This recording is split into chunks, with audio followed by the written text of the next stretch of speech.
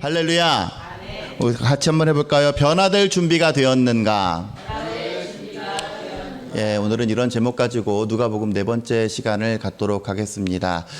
성경 필사의 장점은 제가 누가복음 강해를 하지만 구구절절 1절부터 뭐 끝절까지 다 일일이 현미경 다루듯이 물론 할 수는 있어요. 근데 그렇게 하다 보면 이 누가복음 하나 가지고 거의 1년을 가까이 넘게 해야 될 수도 있습니다. 그래서 여러분들이 좀 마음에 새겼으면 하는 그런 에피소드들을 중심으로 이렇게 하게 되는데, 그 기타 그 외의 부분들은 여러분들이 한자 한자 지면에 아로 새기면서 좀 보시기 바라고, 또 이미 아마 열심히 지금 쓰신 분들은 벌써 이 3장을 넘어갔을 건데 그래서 이 부분들이 충분히 예습이 되었을 것이라고 생각이 됩니다. 그래서 여러분들 이미 마음에 새긴 그 말씀이 오늘 선포되어지는 말씀 속에서 어떠한 의미가 있는지, 신앙적 성경 읽기의 방법에 있어서 우리가 어떤 영적인 교훈으로 삼아야 될 것인지 또 매우 또 중요한 우리가 예습이 되고 있으니까,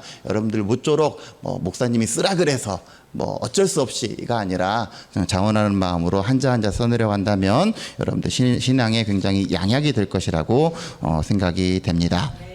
3장 1절부터 볼까요? 3장 1절 보다 보면 참 이런 글자들은 참 쓰기 힘들어요. 왜냐하면 뭐가 뭔지도 모르게 글자 이름 나오고 우리에게 친숙하지도 않는 이름들이 나오는데 1절 보니까 이렇습니다. 디베료 황제가 통치한 지 15째 해다. 디베료 황제는 누굴까요? 로마의 제2대 황제인 티베리우스 황제를 이 우리말로 하니까 디베료라고 이렇게 표현이 되는데, 티베리우스 로마의 두 번째 황제의 이름이 티베리우스 황제입니다. AD 14년부터 37년까지 통치한 이 황제인데, 이러한 것들이 중요한 이유는 예수님의 시대가 이때에 맞물려 있구나라고 하는 것을 우리가 역사적인 성경 읽기를 하는 신앙적 단초를 제공해 주는 그러한 말들이에요. 어쨌든 이 지금의 시대는 어떤 시대다? 로마 제국의 시대다. 누가복음이 상정하고 있는 어떤 그 베이스가 뭐라 그랬습니까? 그레코 로만 시대에 거기에 있는 교회가 이 모양 저 모양으로 살아가는 모습 속에서 주는 교훈들이라 그랬죠. 그래서 뒤에 보면은 알겠지만 우리 3장에 아까 우리가 읽었던 10절, 12절, 14절 보면 뭐라 그래요? 세리도 나오고 그 다음에 뭐가 나와요? 군인들이 나온단 말이에요. 이렇게 로마 제국, 로마의 통치 하에, 그리고 이제 그 다음 부분에 보세요. 본디오 빌라도, 폰티우스 필라투스라고 하는 이 본디오 빌라도, 우리에게 잘 알려져 있죠? 그 사람이 뭘로 있다? 유대의 총독으로 있었다. 그러니까 본디오 빌라도도 결국은 로마 사람이에요. 로마 군인, 집정관 출신이 은퇴를 하고 나면 그 다음에 총독이 되게 되는데, 그래서 이 본디오 빌라도가 유대의 총독으로 돼 있다니까 전적으로 지금은 로마의 어떤 강력한 영향력 아래에 있는 그러한 상황이다라고 하는 것을 우리가 이러한 이름들을 통해서 미루어 짐작을 할 수가 있습니다. 자, 헤롯이 갈릴리의 분봉왕으로, 헤롯은 누구일까요? 헤롯은 그럼 어느 나라 사람일까요? 헤롯은 유대 사람이에요. 그래서 왜 옛날에 그런 경우 있지 않습니까? 일제가 우리나라를 침략했을 때 어떤 큰 테두리 안에서는 자기들이 다 해먹고, 그 다음에 이제 소소한 것들 맡길 때는 우리나라 사람들을 이렇게 세우잖아요. 그래서 친일파들도 많이 나오고 매국노들도 많이 나오고 이제 이러한 상황이 됐는데, 효과적으로 다스리기 위해서 헤롯을 분봉왕은 뭐냐면 유대 지방이 있으면 나눠가지고 지방 영주로 삼은 거예요. 쉽게 말하면 그게 분봉왕입니다. 참고하세요. 헤롯이 갈릴리의 분봉왕으로 있었고, 그 다음에 그 동생 빌립이 이두레와 드라고니 지방의 분봉왕. 그러니까 지금 지역이 나눠져 있다는 걸 알 수가 있겠죠. 하나는 갈릴리 지방, 그리고 이두레와 드라고니 지방, 그리고 루사니아가 아빌레네의 분봉왕으로 있었다 그랬으니까 아빌레네라고 하는 지방, 이렇게 지금 여기 언급되어 있는 지방, 세 지방 이렇게 나눠져 있는데, 각 지방의 영주로 삼았을 때에 벌어진 일이다라고 하는 것을 성경이 처음 말하고 있습니다.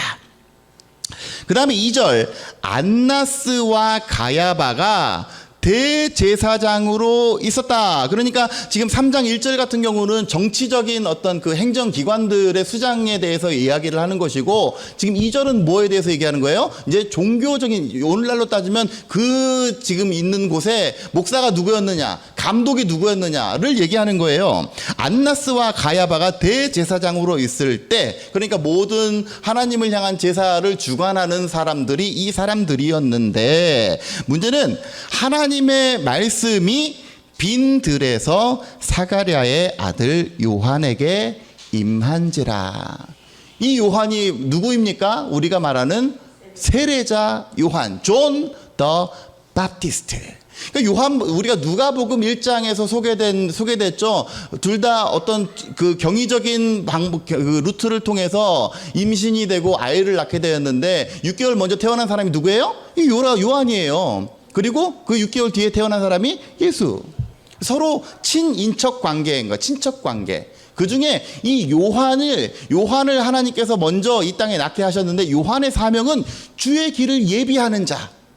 거기 나중에 나오죠. 주의 길을 준비하라, 주의 길을 예비하라. 이것이 세례 요한의 정체성이었어요. 그래서 예수님이 공생애로 사역하시기 이전에 먼저 세례자 요한이 길을 닦아놓는 그러한 말씀이 오늘 본문의 말씀입니다. 2절 보세요. 계속해서 빈 들에서, 그러니까 광야죠. 광야에서 사가랴의 아들 요한에게 임하였다. 3절 요한이 요단강 부근 각처에 와서 죄사함을 받게 하는 회개의 세례를 전파했다.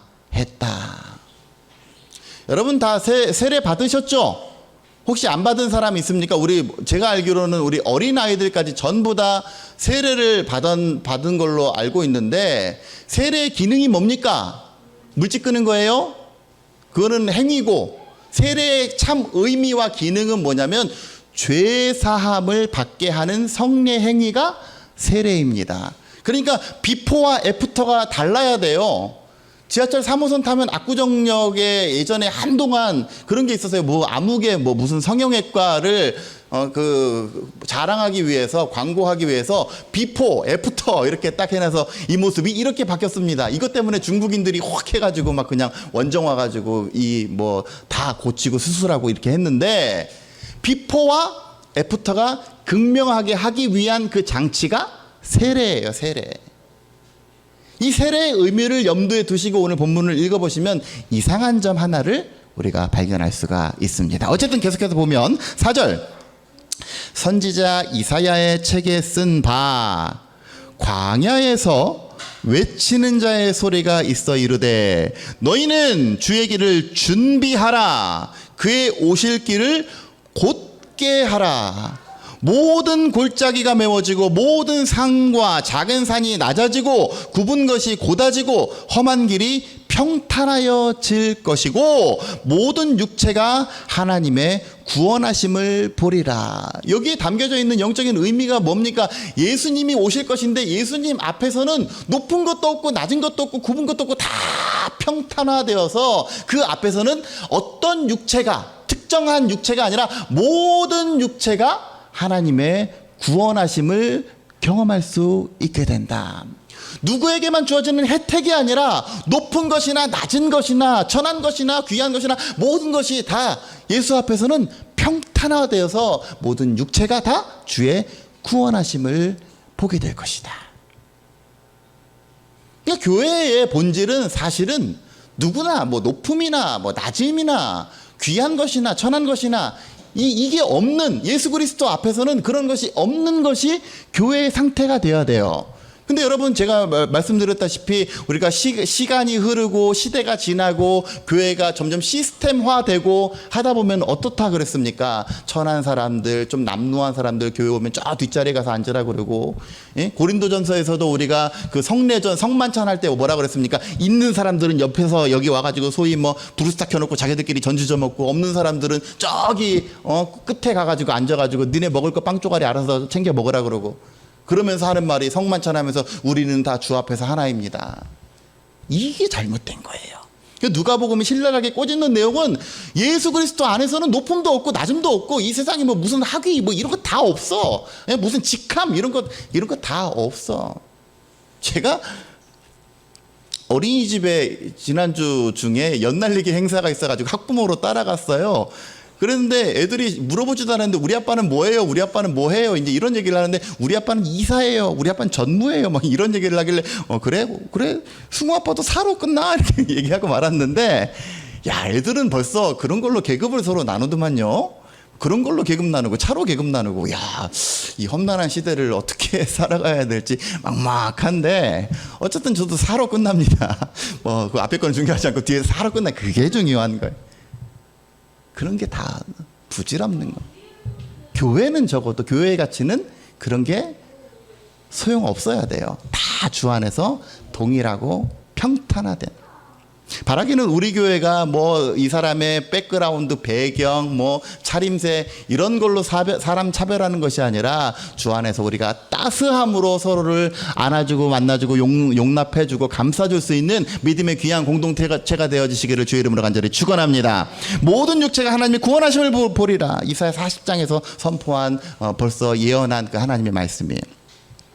그랬는데 7절 요한이 세례 받으러 나오는 무리에게 이렇게 이야기를 합니다. 뭐라고 얘기를 해요?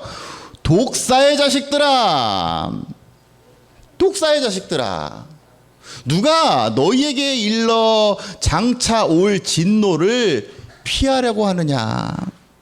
그러니까 이 말은 무슨 말이에요? 누가 이 힌트를 줬어? 누가 세례 받으라 그랬어? 누가 세례받아서 면죄부를 얻으라고 누가 얘기를 했어? 라고 하는 얘기예요. 누가 너희들에게 일러 장차 올 진노를 피하라 하더냐. 근데 여러분 우리가 성경을 읽다 보면 여기서 벌써 의문점이 하나가 나와야 돼요. 저만 의문이 갑니까? 어떤 의문이에요? 세례의 기능이 뭐라 그랬습니까? 세례의 기능은 죄 사함을 하기 위해서, 그 세례를 베품을 통해서 죄 사함을 받게 하기 위해서 세례를 베푸는 거예요. 그러면 당연히 세례를 받기 위해서 누가 나와야 됩니까? 죄인들 나와야지. 그러면 세례 요한 입장에서는 죄인들이 나왔으니까 기쁜 마음으로 그들에게 얹고 성부 성자 성령의 이름으로 세례를 해야 될 거 아니에요. 근데 이 사람들을 책망하는 거예요. 왜?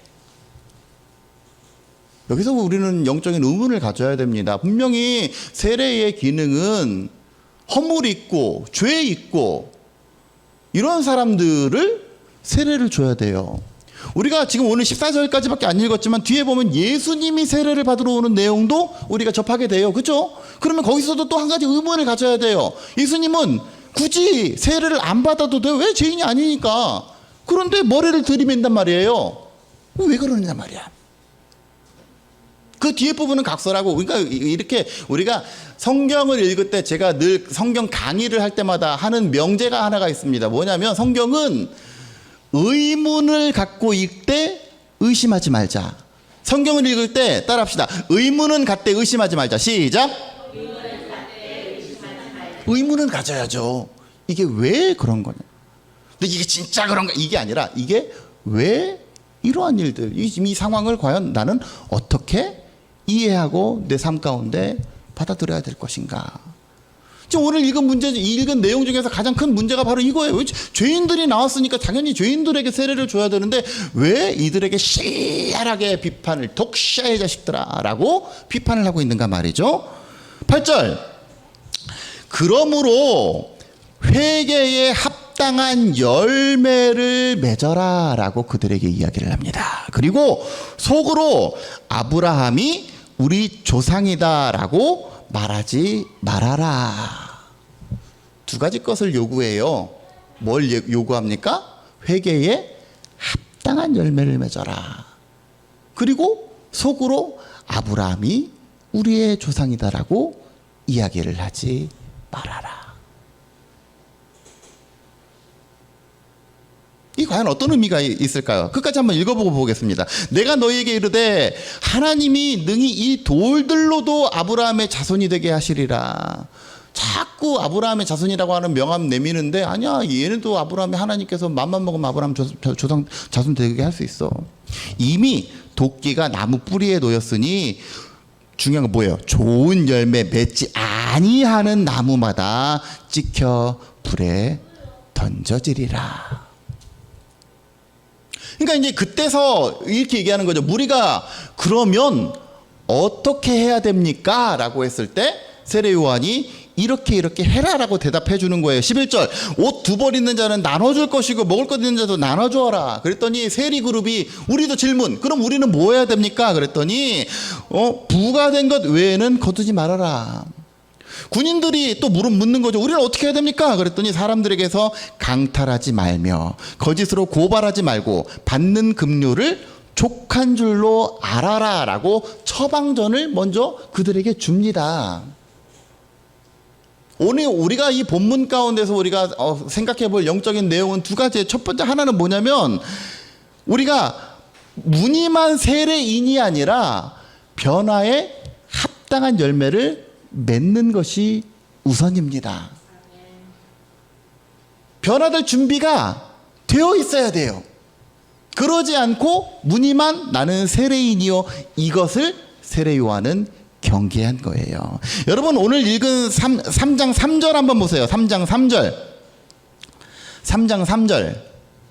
요한이 요단강 부근 각처에 와서, 지금 거기 그 부분이 중요합니다.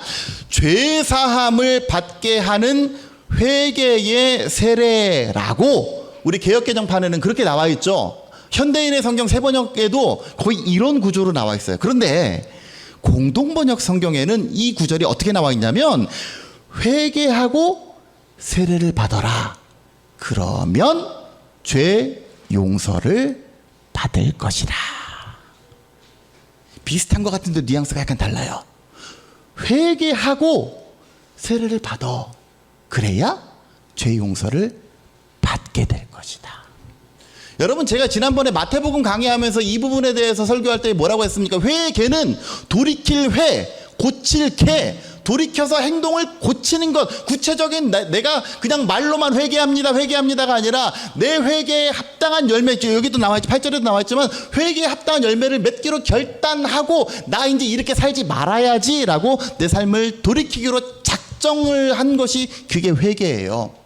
그 마음가짐으로 내가 이 세례라고 하는 강을 건너면서 나 이제 새 사람 될래 라고 확고한 다짐 속에서 변화를 준비하는 거예요. 그래서 그 세례라고 하는 계기를 통해서 완전히 변화된 삶으로 루트를 바꿔나가는 거예요. 근데 이들은 어떻게 합니까? 지금 10절, 12절, 14절 이들은 뭐라 그래요? 내가 어떻게 해야 됩니까? 라고 묻는다고 하는 것은 뒤집어서 말하면 이들은 변화될 준비가 전혀 되어 있지 않았어요.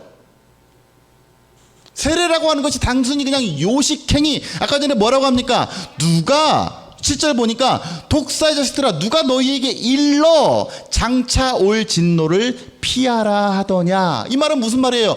장차 올 진노를 피하기 위해서는 세례만 받으면 돼. 죄사함, 네 죄를 사하노라라고 도장 꽝 찍기 위해서는 세례라고 하는 거 그거 받으면 된대라고 도대체 누가 알려주더냐. 여기에서 이들의 본질적인 상태는 뭡니까? 변화될 준비가 전혀 되어 있지 않아요. 근데 뭐만 있어요? 입술만 있어요. 형식만 있어요. 그것을 얘기하는 겁니다. 그러니까 요한이 막 화내는 거예요. 예? 변화될 준비도 되어 있지 않으면서 세례를 받고 아멘 해놓고 여전히 똑같은 삶을 살려고 그렇게 살아가면서 도대체 세례는 뭐 하려고 받아? 예? 세례는 뭐 하려고 받아요? 여전히 나는 그렇게 살 건데, 여전히 나는 내 삶은 내 삶이 변화되고자 하나도 내가 손해나는 짓 하지 않고 내가 그리스도를 위해서 살겠습니다 입술로는 얘기하지만 하나도 내 삶이 손해볼 생각을 하지 않는데, 여러분 신앙생활의 궁극적인 변화를 위해서는 나의 삶 가운데 대가가 필요합니다. 레위기를 보게 되면 속죄제와 속건제라고 하는 구약의 제사가 나와요.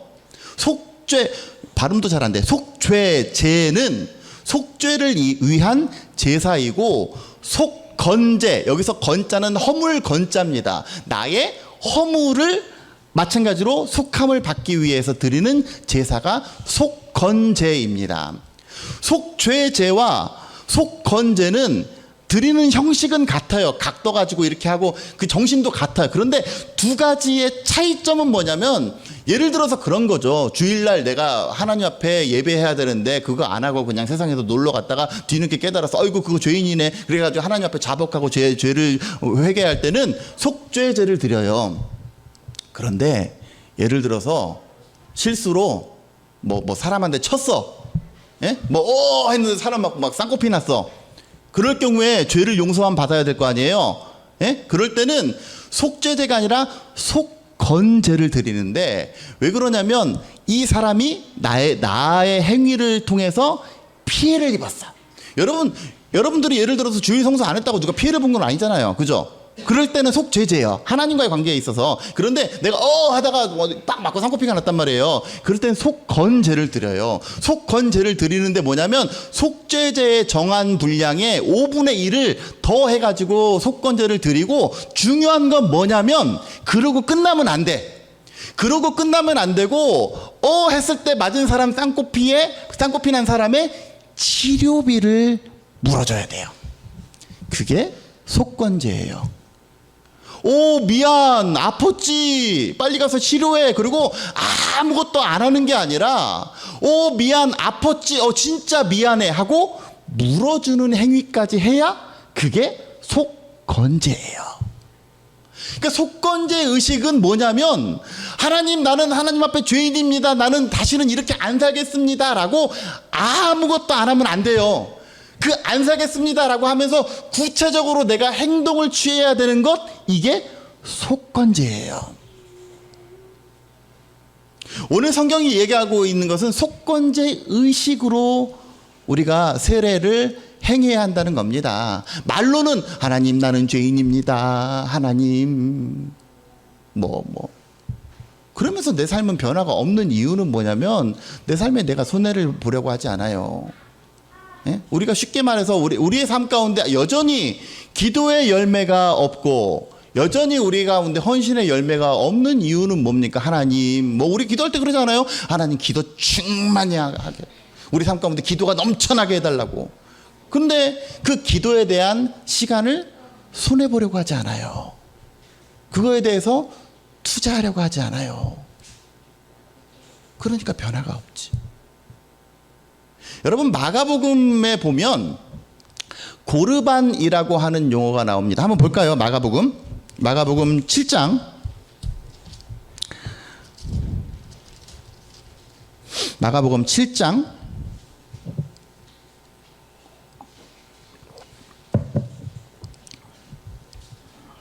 6절 이하를 보세요.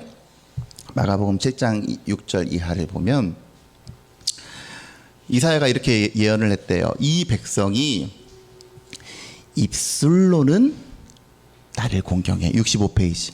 입술로는 나를 공경하는데 뭐는 멀다. 마음은 나한테 없어. 마음은 나한테 없어. 그래서 11절 보세요. 너희는 이르되 사람이 아버지에게나 어머니에게나 말하기를 내가 드려 유익하게 할 것이 곧 고르반, 곧 하나님께 드림이 되었다고 하기만 하면 그만이라. 이건 뭐예요? 내가 이거 해서 나 하나님께 드렸어, 나 오늘 예배했어, 그러면 끝이라 이거예요. 여러분, 제가 그 목회 세미나를 다녀왔는데, 지금 코로나 2년 3년 동안에 가장 많은 교회의 변화 중에 하나가 온라인 예배에 관련된 겁니다. 지금 우리 교회도 온라인 예배를 하고 있지만, 저는 초창기부터 온라인 예배를 좋아하지 않았어요. 그걸 부정하고 싶었어요.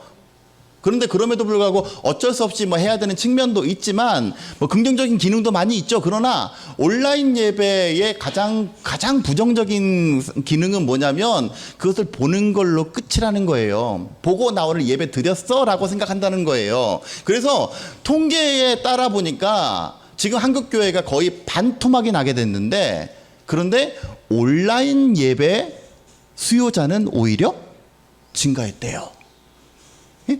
온라인 예배에 만족도는 오히려 증가했대요. 그 만족도라고 하는 것이 뭘까요? 누가 만족? 내가 만족. 왜? 아유, 교회 안 가니까 편하거든. 예? 여러분 그거 아십니까? 티맵에서 예배 서비스 있는 거 아십니까? 차 타고 가다가도 뭐 이렇게 예배할 수 있게 그렇게도 한다네요. 얼마나 좋아, 얼마나 좋아. 산으로 들러 나가면서 내가 원하는 대로 예배 켜놓고 그 예배 드리는 게 아니야, 보는 거지. 예? 예배를 시청하는 거지. 그럼 뭐하러 주일날에 그냥 아무 때나 CTS, CBS 틀면 다 나오는데. 그래서 사람들은 만족도가 너무 좋대요. 그래서 그 비율이 점점 높아지는 거예요. 근데 이제 목회자들은 조사해 보니까 평신도들은 그렇게 높아지는데 목회자들은 이거 폐지해야 된다, 반대해야 된다. 그게 뭐예요? 고르반. 나 오늘 예배 드렸어. 나 교회 왔어 하는 예배 드렸어. 그럼 끝. 그게 끝이 아니에요. 세례도 마찬가지입니다. 나 세례했어. 나 세례 받았어.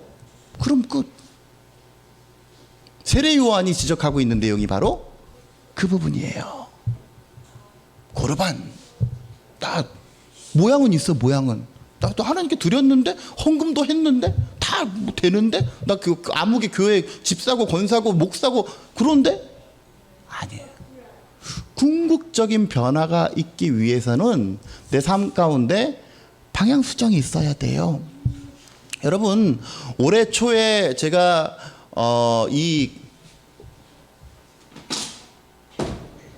기도 제목, 신년 기도 제목을 제가 받아서 이 안에다가 여러분들 고스란히 넣었을 겁니다.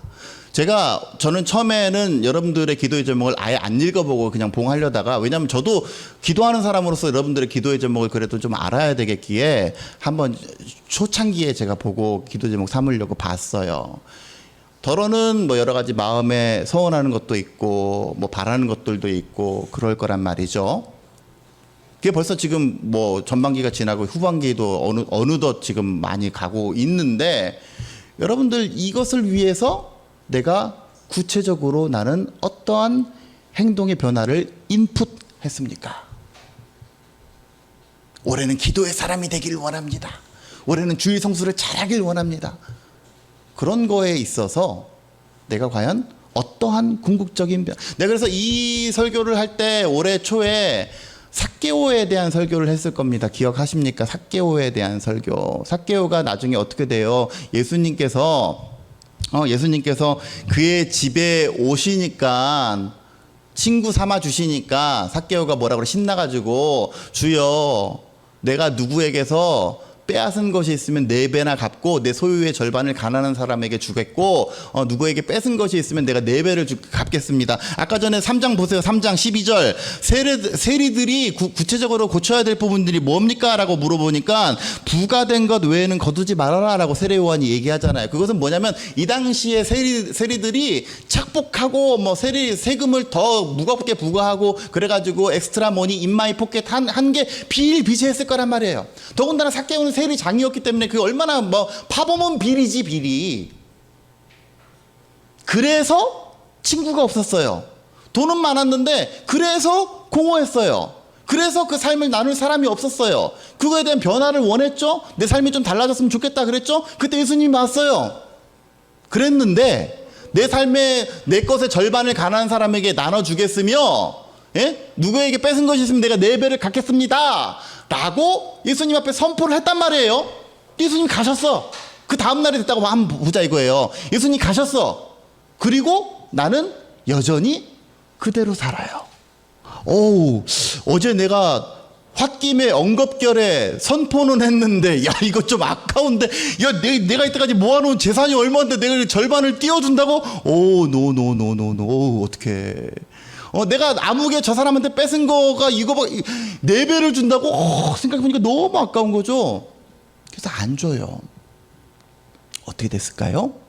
여전히 그는 사람들에게 외면당한 채 살고 있는 거예요. 여전히 그의 삶에는 아무런 변화가 없는 거예요. 그저 예수님 한번 만나서 신난 거 그거 빼고는 더 이상의 변화가 없는 거예요. 근데 만약에 줬다고 생각을 해보세요. 처음에 사람들이 의심하지 않겠습니까? 저 사람이 미쳤나? 안 하던 짓 하면 일찍 죽는데 왜 그러나? 그런데 나눠주고 베풀어주고, 예? 정해진 것만 딱 받고 하다 보면 한두 사람 와가지고 식사라도 같이 하고 그러지 않겠어요? 그러면 그때 변화가 오는 거예요. 이 이야기에서 여러분, 예수님이 삭개오에게 한 내용은 뭡니까? 네가 변화될지어다 하고 안수를 했습니까? 아니에요. 예수님 아무것도 하지 않으셨어요. 근데 그 삶이 변화될 수 있었던 건 예수님을 만나고 나서 삶의 궤도를 수정하고 현실적으로 내 삶의 출혈이, 아까운 재산을 이렇게 하더라도, 출혈이 오더라도 그것을 감내하고 변화의 길로 걸어 나간 거예요. 그러니까 변화가 된 거예요. 여러분, 우리 삶도 마찬가지지 않겠습니까? 변화가 되기를 원한다면 우리는 그 하나님한테 이렇게 기도, 하나님 내 삶을 바꿔주십시오. 내 삶을 변화시켜 주십시오. 내가 우리 아내를 사랑하게 해주십시오. 예전에 그 뭐죠? 영화 이름을 까먹었네. 저기 노아의 홍수 그렇게 관련해 가지고 그거 이렇게 그 노아의 홍수처럼 그 현대판으로 각색한 그 이야기가 있어요. 갑자기 이름 까먹었네. 그 영화에서 그 아내한테, 그 남편이 맨날 방주만 짓고 있으니까 그 아내한테 그 모건 프리먼이었나 보다. 모건 프리만, 이 사람이 하나님 역할로 나오는데 이 사람이 그 아내한테 해준 말이 있어요. 네가 나한테 남편을 사랑하게 해달라고 기도하지 않았느냐. 그런데 나는 너에게 어느 날 갑자기 남편을 사랑하는 마음을 짠 주는 게 아니야. 나는 너에게 남편을 이해하고 사랑할 수 있는 상황을 주는 거다. 그 상황에서 네가 어떠한 마음으로 어떻게 하느냐에 따라서 변화는 너에게 달려있다. 이렇게 얘기를 합니다. 하나님이 능력이 없어서 짠 바뀌어라 변해라, 예수님이 능력이 없어서 삭개오가 변할지라, 이 문제가 아니라 변화의 계기를 만나는 우리들의 삶 가운데 내가 그냥 입술에 고백만 있어, 주여 4배나 갚겠습니다, 주여 절반을 주겠습니다 하고 아무런 변화가 없으면 우리 삶 가운데 궁극적인 치유가 일어나지 않아요. 제가 예전에 참 저는 그래요. 이 신앙생활 하다 보면 이 사람이 진짜 그리스도인인지 아니면 무늬만 있는 그리스도인인지 참 헷갈릴 때가 있어요. 특히 뭐 예전에 우리 교회 지금 10년 됐는데 대표기도 하라고, 뭐 오해 없이 들으세요, 하라고 이렇게 세워놓으면 어떤 사람들은 기도하는데 참 구구절절히 아멘이요. 하나님 이번 주 예배도 은혜 충만하게 해주시고 우리가 날마다 뭐 기도 뭐 이렇게 신앙생활 열심히 잘하게 해주시고, 어휴, 기도만 들어보면 할렐루야 막 당장 장로 줘도 될 것 같아요. 근데 그 삶이 어떠냐 말이야. 진짜로 그 기도한 만큼 하나님의 사람이느냐, 헷갈려지는 거예요. 정말로 내가 정말로 말씀 충만하게 사는 거예요. 그러니까 목사도 헷갈리죠. 목사도. 그러니까 저는 솔직하게 저는 얘기하고 할 때는 얘기하고 싶어요. 저 이거 약해, 못해요. 예전에 고린도전서 13장 할 때 제가 얼마나 힘들었습니까? 저는 사랑이 없는 목사인데 자꾸 사랑에 대해서 얘기하려니까 참 힘들어요.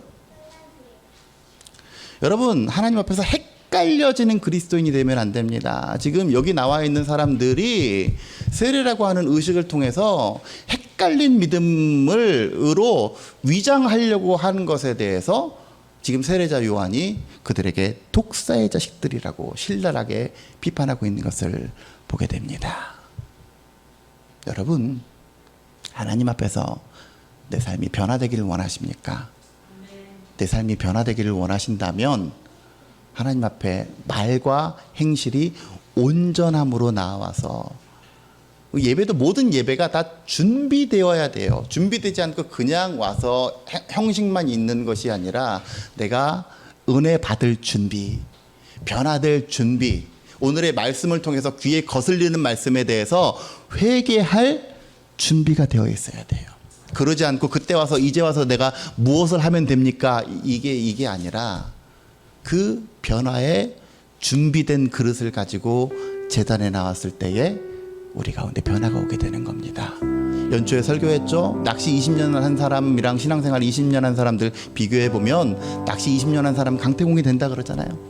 신앙생활 20년 한 사람은 만약에 그 사람이 나라고 한다면 지금 20년하고도 또 절반이 지나고 또 한 달이 더 지나가고 있는데 나의 삶에는 과연 어떠한 궁극적인 변화가 있느냐 이거예요. 말하기는 저와 여러분들이 세례라고 하는 행위만 받고 그냥 내 죄사함은 나의 죄는 그대로, 나의 그동안의 행동 양식은 아무런 변화도 없이 내 것은 손해보려고 하지 않고 희생하려고 하지 않고 노력하려고 하지 않는 그러한 나의 삶이었다라고 한다면 온전히 하나님 앞에서 우리의 삶의 궤도를 수정할 마음의 준비가 되어 있고 은혜를 체험했을 때에 실제적으로 한 걸음 한 걸음 성경 한 자씩 써내려가고 한 걸음 한 걸음 내가 시간이 없더라도 하나님 앞에 나오려고 하고 한 걸음 한 걸음 더 한자라도 주의 말씀을 경험하고 하나님 앞에 골방에 가서 기도할 줄 아는 그러한 우리들이 되게 될 때에 우리가 정한 기도의 제목들,